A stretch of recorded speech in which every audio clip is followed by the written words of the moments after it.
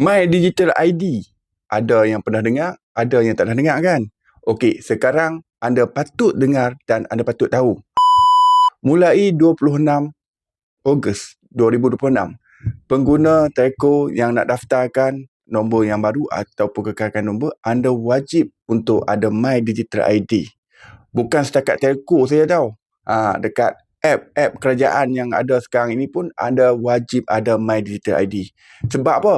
Sebab ia akan menyenangkan anda untuk melakukan EQIC. Macam dengan MyCard digital lah kan. Sebab apa benda ni, bila anda masuk ke satu-satu app, anda perlu tekan dekat My Digital ID dan anda boleh terus masuk ke aplikasi tersebut tanpa masukkan password.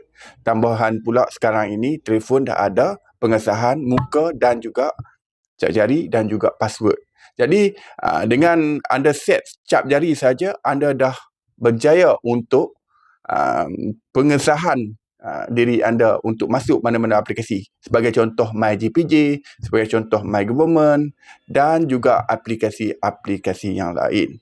Kita masuk kepada yang telco pula sekarang ini. Yang telco pun setelah anda melakukan scan SIM card apa semua, anda perlu untuk tekan dekat My Digital ID dan juga buka My Digital ID yang lain ataupun buka aplikasi My Digital dan juga anda tekan yes ataupun ya dan anda boleh buka balik app yang dulu anda dah berjaya untuk membuat pengesahan. So senanglah nanti macam dengan Red One anda boleh tengok sekarang ini.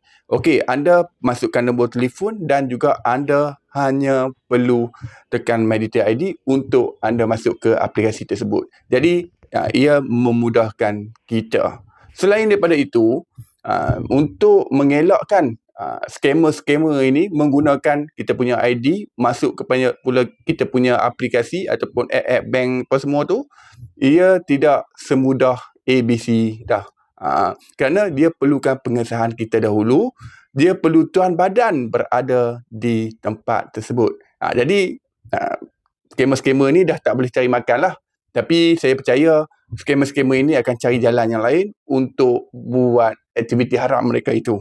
Jadi kepada sesiapa yang belum tahu ataupun tak pernah ada My ID Digital, boleh tekan nak. Saya akan tunjuk video cara-cara nak daftar My Digital ID. Boleh tahu tu. Jangan lupa untuk komen, like dan share.